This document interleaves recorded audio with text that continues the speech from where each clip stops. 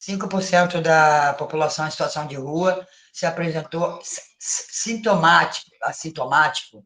Então, o Médicos Sem Fronteiras recolheu o projeto e nós demos continuidade. Para concluir, eu falei que, infelizmente, era um emergencial que não foi, só que não, muitas comunidades foram descendo para as ruas, foram chegando, famílias inteiras, as filas cresceram de 15 mil, 14 mil naquela altura no município do Rio, partiu para 25 mil, e a gente teve que ampliar todos, estender, e que ficou até hoje, né, gente? Infelizmente.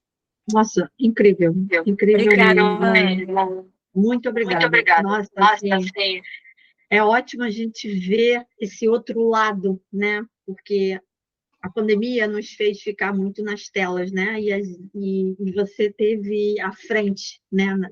Você teve na batalha mesmo, né? Do dia a dia. E isso é muito bom.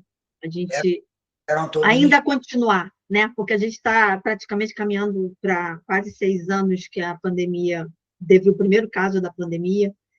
Então, assim, a gente não pode esquecer a pandemia.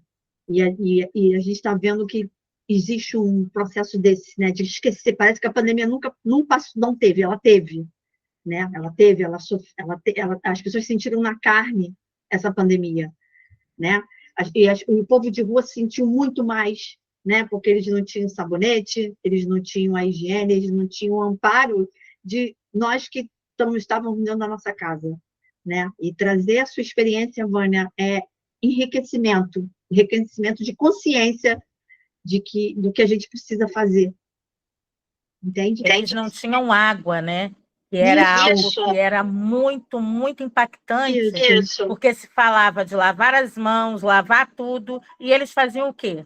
E a gente precisava, no mínimo, fornecer a água para eles beberem.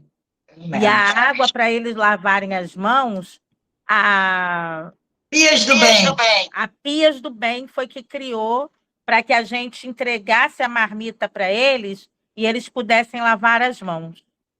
E nós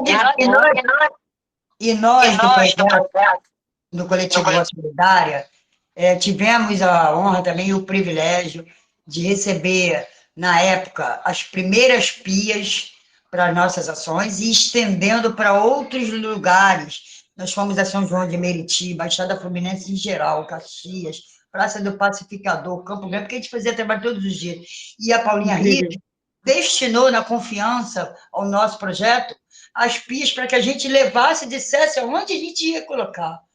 A gente chegava e dizia, Paulinha, a gente precisa de tantas pias para o local assim, assim, nós vamos levar. E fazíamos aquela ação. Fizemos no lixão de Duque de Caxias. Lembra, Cláudia?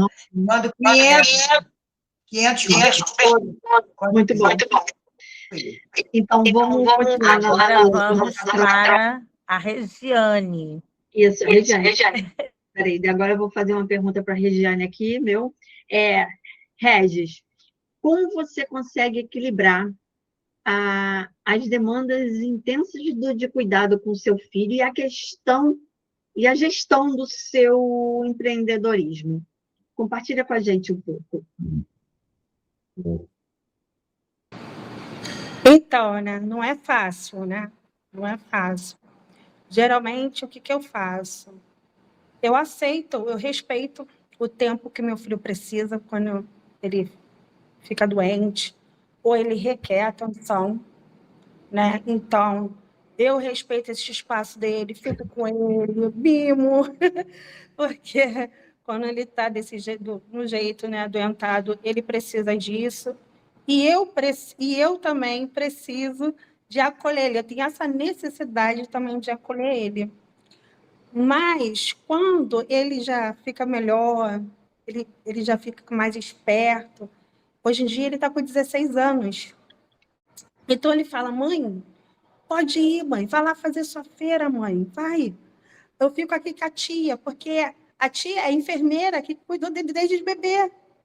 Aí eu falo... Para quem não sabe, conta a doença que ele tem, né? Porque ele sofre de uma doença... Anemia falciforme, eu esqueci de falar.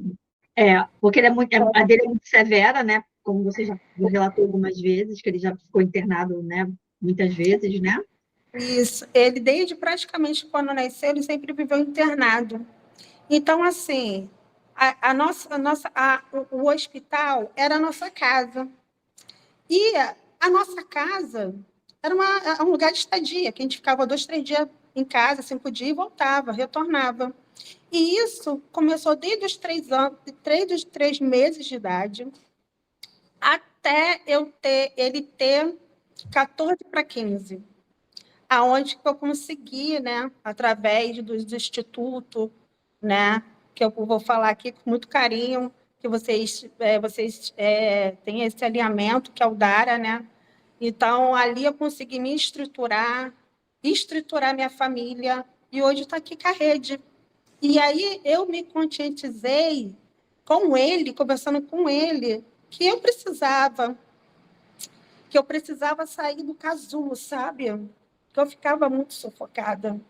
Eu precisava ter a minha autonomia, que eu precisava, que eu fui vendo que quando eu estava bem, quando eu estava com a minha autoestima elevada, quando eu estava feliz, ele também ficava. E isso, com o passar do tempo, hoje em dia ele está com 16 anos, foi com uns 13 anos, ele praticamente não se encarna.